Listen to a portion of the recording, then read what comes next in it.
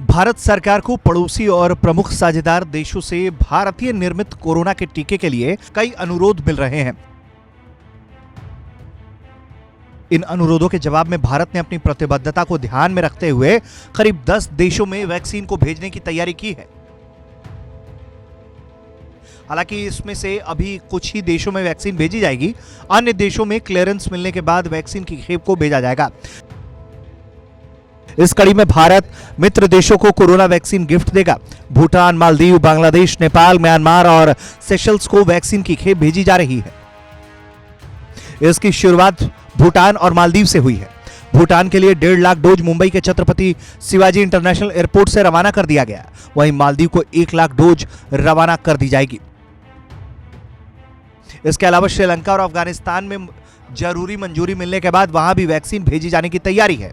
विदेश मंत्रालय ने कहा है कि घरेलू जरूरतों को ध्यान में रखते हुए भारत आने वाले हफ्ते महीनों में चरणबद्ध तरीके से सहयोगी देशों को कोविड-19 टीकों की आपूर्ति करेगा।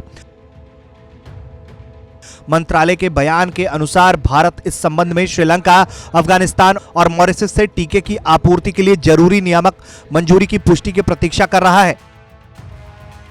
इसमें कहा गया है कि भारत को महत्वपूर्ण सहयोगी देशों और पड़ोसियों से भारत निर्मित टीके की आपूर्ति के लिए कई अनुरोध प्राप्त हुए हैं।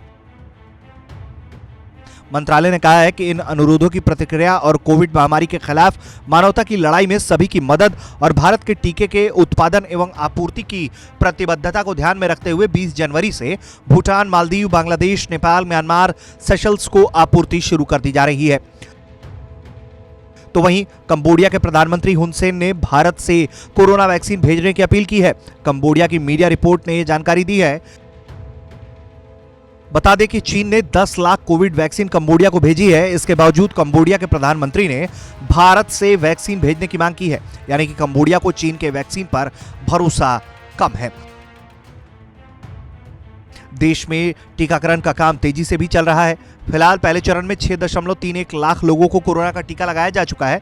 वहीं एक दिन में सबसे ज्यादा 2,07,229 लोगों को कोरोना की वैक्सीन भी दी गई है। कोरोना वैक्सीन को लेकर स्वास्थ्य मंत्रालय द्वारा जारी आंकड़ों के मुताबिक 4 दिनों में अब तक 6,31,417 लोगों को टीका लगाया जा चुका है। इनमें से सिर्फ 0.18% लोगों पर ही साइड इफेक्ट दिखा है, जबकि गंभीर साइड इफेक्ट यानी कि जिन्हें टीका लगने के बाद अस्पताल में भर्ती कराना पड़ा, उनकी तादाद 0.002% है। जाहिर है ये संख्या बहुत कम है और कोरोना का टीका करीब करीब पूरी तरह से सुरक्षित नजर आ रहा है। ब्यूरो रिपोर्ट, भारत तक।